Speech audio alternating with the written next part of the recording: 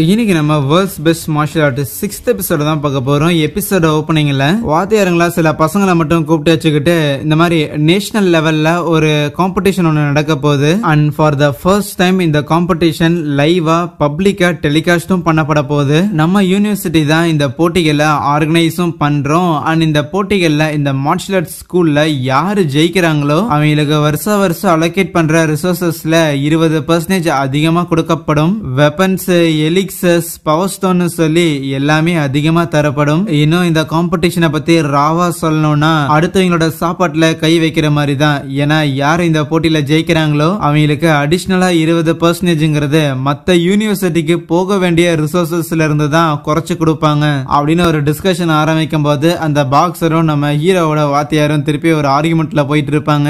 அப்பதான் அந்த பாக்ஸர் ஒரு மேட்டரே சொல்றாரு. என்னன்னா இவங்க அகாடமியில இருக்கிற ஆல்ரெடி நிறைய தேர்ட் இயர் ஸ்டூடெண்ட்ஸ் எல்லாத்தையுமே அந்த வேங் அப்படிங்கிறவன் தூக்கி போட்டு புரட்டிக்கிட்டான். சோ அப்படி இருக்கக்குள்ள என்னதான் ஒரு ஃபேமஸான ஒரு யூனிவர்சிட்டியா இருந்தாலும் இங்க இருக்கிற எல்லாரும் டம்மி பீஸுங்க தான் அப்படிங்கிற ஒரு பார்வை இருக்குதான் செய்யும். ஆனா நீங்க எல்லாரும் வேஸ்ட் கிடையாது அப்படிங்கறத ப்ரூவ் பண்ணணும்னா நீங்களே தான் களத்துல இறங்கி ப்ரூவ் பண்ணி ஆகணும். இப்போதைக்கு ஃபர்ஸ்ட் இயர் பசங்களான நீங்க அடுத்தது ப்ரொமோட் ஆகணும் அப்படின்னா நீங்க ஒழுங்கா இந்த காம்படிஷன்ல பெர்ஃபார்ம் பண்ணி ஆகணும் கண்ணுங்களா. அப்புறம் இந்த காம்படிஷனுக்கான டீமுக்கு உங்க 10 பேருக்கு லீடரா இந்த ஹீரோ பையன் இருக்கிறான்ல அவன்கிட்ட தான் அதிகமான கிரெடிட் பாயிண்ட்ஸ் இருக்குது. சோ அதனால அவனையே நான் கேப்டனா அறிவிக்கிறேன்னு சொல்ல நம்ம ஹீரோவோடமே சேனக்குலாம் பயங்கரமான ஹாப்பி.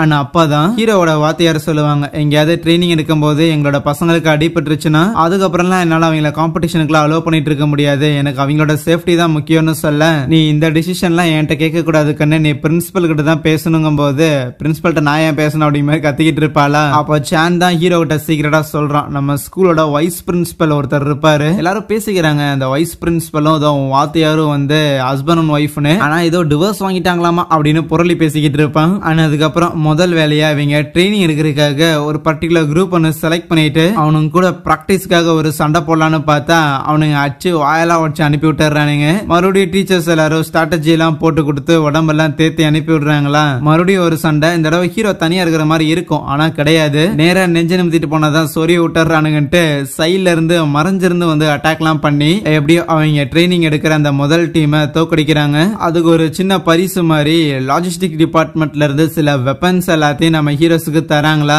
ஆர்வம் தாங்க முடியாத நம்ம ஹீரோ அங்க ஹாஸ்டல்ல இருக்கிற ஒரு பெரிய பாறையை அதை வச்சு உடச்சுக்கிட்டு இருக்க. கேம்பஸ்ல இருக்கிற ப்ராப்பர்ட்டி எல்லாம் டேமேஜ் பண்ணது போதும், முதல்ல அந்த ஸ்வாடை எப்படி பயன்படுத்தணும்னு இதை வச்சு கத்துக்கணும் ஒரு புக் ஒன்று கொடுப்பாங்க. அப்படியே சீன் கட் பண்ணா அந்த காம்படிஷன் நடக்கிறதுக்கான நாள் வந்துருச்சு.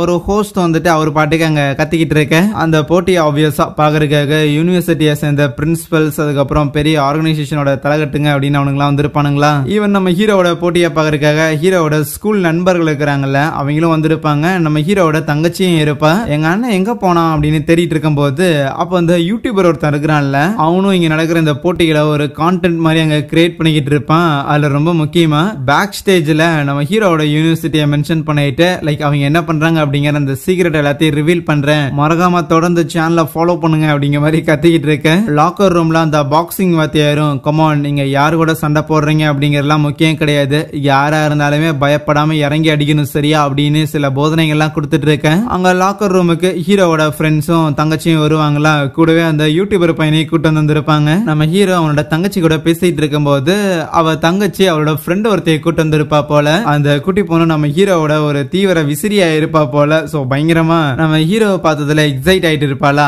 ஆமா யாரு இது தெரியாத முகன்னு ஹீரோ அந்த யூடியூபர் பார்த்து கேட்கும் போது அதுக்கு தங்கச்சி தான் சொல்றா, சும்மா ஒரு பப்ளிசிட்டிக்காக தான் அவனோட நேம் உலகம் முழுக்க பரவ வேண்டாம், அதுக்காக தான் இவனை ஹையர் பண்ணிருக்கேன் அப்படின்னு சொல்லிட்டு இருப்பான். அந்த ஆளை பார்க்கும்போது தான் நம்ம ஹீரோக்கு ஞாபகம் வருது, ஆமா அன்னைக்கு யூடியூப்ல அவனும் வந்து கத்திட்டு இருந்தான், அது இவன் தானா அப்படின்னு யோசிக்க ஓகே களத்துல இறங்குவோமா அப்படின்னு சொல்லி நம்ம ஹீரோஸ் எல்லாம் ஃபயர் அப் ஆக இங்க ஹோஸ்டுமே என்னென்ன டீம் வந்திருக்காங்க அப்படின்ட்டு அனௌன்ஸ் பண்ணிட்டு இருக்கும் போது அங்க ஒரு ரெட் கலர் சொக்காப்பட்ட ஒரு டீம் அதுக்கப்புறம் இன்னொரு 2 டீம் அப்படின்னு சொல்லிட்டு ஒரு 3 டீம் இருக்கிறாங்க. அடுத்ததாக 4வது ஆளா நம்ம ஹீரோஸ் எல்லாம் என்ட்ரி கொடுக்க அங்க ஒவ்வொரு டீம்ஸோட கேப்டனையும் இன்வைட் பண்ணி ஒரு 4 பாலை தூக்கி வீசி அதை கேட்ச் பண்ண சொல்ல நம்ம ஹீரோ அவனை பிடிக்கலான்னு போவான். ஆனா அதை வேற ஒருத்தன் எடுக்க 4 பால் தான் இருக்கும், அதனால 4 கேப்டனுக்கு ஈக்குவலா அது கிடைச்சிடும். அதுல இருந்து ஒரு சின்ன ப்ரொஜெக்ஷன் மாதிரி ஒன்னு ஏற்பட அந்த பால்ஸை யார் யாரு பிடிச்சாங்களோ அது மூலமா தான் எந்தெந்த டீம் கூட யார் யாரு போட்டி போட போறா அப்படிங்கிற அந்த விஷயமே டிசைட் பண்ணப்படுது. போட்டி ஆரம்பிக்கிற விதமா நம்ம ஹீரோவோட பிரின்சிபல் இருக்கிறாருல, சோ அவரை ஃபைனலா ஒரு சின்ன அனௌன்ஸ்மெண்ட் மேக் பண்ண சொல்றாங்க.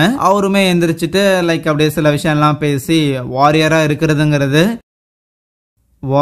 இருக்கிறதுங்கிறது பயம் இல்லாமலையும் சண்டை போடுற ஒரு முனைப்போட இருக்கிறதும் தான். நீங்க எல்லாரும் பயம் இல்லாத ஆளா இருப்பீங்கன்னு நான் நம்புறேன் அப்படின்னு சொல்லிட்டு அதுக்கப்புறம் இந்த போட்டியும் அனௌன்ஸ் பண்றாரா. முதல்ல அங்க வேற 2 யூனிவர்சிட்டிக்கும் வந்து போட்டி நடக்குமா. அதுல அந்த ரெட் கலர் சொக்கா போட்டிருந்திருக்கான்ல அந்த அகாடமி ஏதோ பெரிய கையாமா அண்ட் பயங்கர ஸ்ட்ராங்கான ஒருத்தன் அப்படிங்கிற மாதிரிலாம் நம்ம ஹீரோஸ் எல்லாம் பேசிக்கிட்டு இருக்க. அவனை எதிர்க்கிற ஆப்போனண்ட்டுமே ஒன்னும் சலச்சவன் இல்ல போல. அவனும் பயங்கரமா டஃப் கொடுத்துக்கிட்டு இருப்பான். ஒரு பாயிண்ட்ல இந்த ரெட் சொக்கா ஏதோ அட்டாக்க பயன்படுத்தும் போது அவள்தான் அவன் முடிஞ்சிட்டானா அப்படின்னு பார்த்தா கிடையாது. அவன் கோடாரியை வச்சு பயங்கரமா அதை சமாளிக்கிறான். எப்படி அதெல்லாம் பண்றான் அப்படின்னு சொல்லி நம்ம சேனல் அங்கிட்டும் இங்கிட்டும் வேடிக்கை பார்த்துக்கிட்டு இருக்கேன். அதுக்கப்புறம் போட்டி தொடர்ந்து நடந்துட்டு இருக்கும் போது அந்த ரெட் சொக்கா அவன்கிட்ட இருக்கிற ஈட்டியை வச்சு அந்த ஆளோட வயிற்றிலே இறக்கிடுவான. ஆனா அப்பையும் தோல்வியை ஒத்துக்கல. வயிறுல அந்த பக்கம் வந்தாலுமே ஸ்டில் அந்த ஈட்டிய இன்னும் ஆழமா பிடிச்சு அவனை கிட்ட வர வச்சு கோடாரியை வச்சு அடிக்கலான்னு பார்க்கும்போது அந்த ஈட்டில ஒரு கத்தி ஒன்று இருக்கும். அதை மட்டும் தனியா உருவிட்டு வந்தவனும் கழுத்துக்கிட்டே வச்சு இனிமேலும் சண்டை போடுறியாடான்னு கேட்டா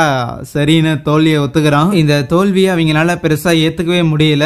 ஆனா அதுவே அந்த டீன் நம்ம பிரின்சிபல் கிட்ட ஆமா இந்த அகாடமில வெறும் ஃபர்ஸ்ட் இயர் பசங்களே எப்படி இந்த அளவுக்கு பயங்கர ஸ்ட்ராங்கா இருக்கிறானுங்க. எனக்கு தெரிஞ்ச அந்த 20% ரிசோர்ஸ் அவங்களுக்கு தான் போக போது போலியேன்னு ஆச்சரியப்பட அதுக்குள்ள எதுக்கிட்ட முன்முடிவு எடுத்துக்கிட்டு இருக்கிற நம்ம கிட்டே ஆளுங்களா இருக்கிறாங்க. எல்லாரையும் களத்துல இறக்குனதுக்கு அப்புறம் அதுவா முடிவு ஒண்ணு தெரியும்னு சொல்ல இந்த வாரியர் போட்டிகள் நடக்கிறது இது எல்லாத்தையுமே பயங்கரமா டெலிகாஸ்ட் பண்ணிக்கிட்டு இருக்கிறாங்கல்ல. இதை ஏகப்பட்ட சின்ன பசங்க எல்லாம் பார்க்க ஆரம்பிக்கிறானுங்க. நிறைய யூத் இது இன்ஸ்பயர் பண்ணுது. நானும் மார்ஷல் எக்ஸாம் அட்டன் பண்ணணும் அப்படின்னு சொல்லி சில பேர் விருப்பமும் காட்டுறாங்க வெறும் போட்டியை பார்த்ததுக்கே. இன்னொரு பக்கம் வேங்கும் குவின்னும் ஏதோ ஒரு வேலையா வந்திருக்கானுங்களா.